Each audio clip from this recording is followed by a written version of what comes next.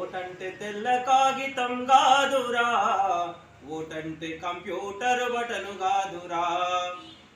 ఓటంటే తెల్ల కాగితం కాదురా, ఓటంటే కంప్యూటర్ బటను కాదురా. ఓటంటే 100 రూపాయల నోటు కాదురా, ఓటంటే చీపు లిక్కరు మందు కాదురా. నీ ఓటే రాజ్యమేల సీట్ అయిందిరా, దాన్ని నమ్ముకుంటే నీ బతుకే ఆగమౌనురా.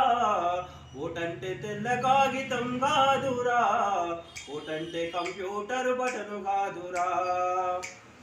వెనకటి కాలంలో ఓటు రాజులకే ఉండేనంట, ప్రజలంతా వాళ్ళ కింద బందీలై బతికిరంట.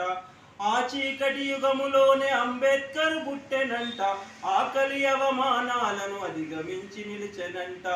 బానిస బతుకెన్నాళ్ళని బతుకంతా పోరాడి ఓటు హక్కు మనలకిచ్చి స్వతంత్రులను చేసెరా. ఓటంటే తెల్ల కాగితం కాదురా, ఓటంటే కంప్యూటర్ బటను కాదురా. నీ ఓటే ఎమ్మెల్యే మంత్రి అయింది చూడరా, నీ ఓటే ఎంపీ ప్రధానమంత్రి ఆయరా.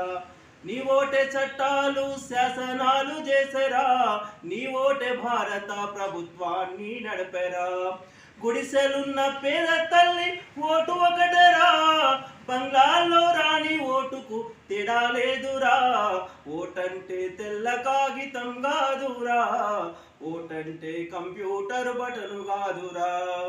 ఓటంటే 100 రూపాయల నోటు కాదురా, ఓటంటే చీపు లిక్కరు మందు కాదురా.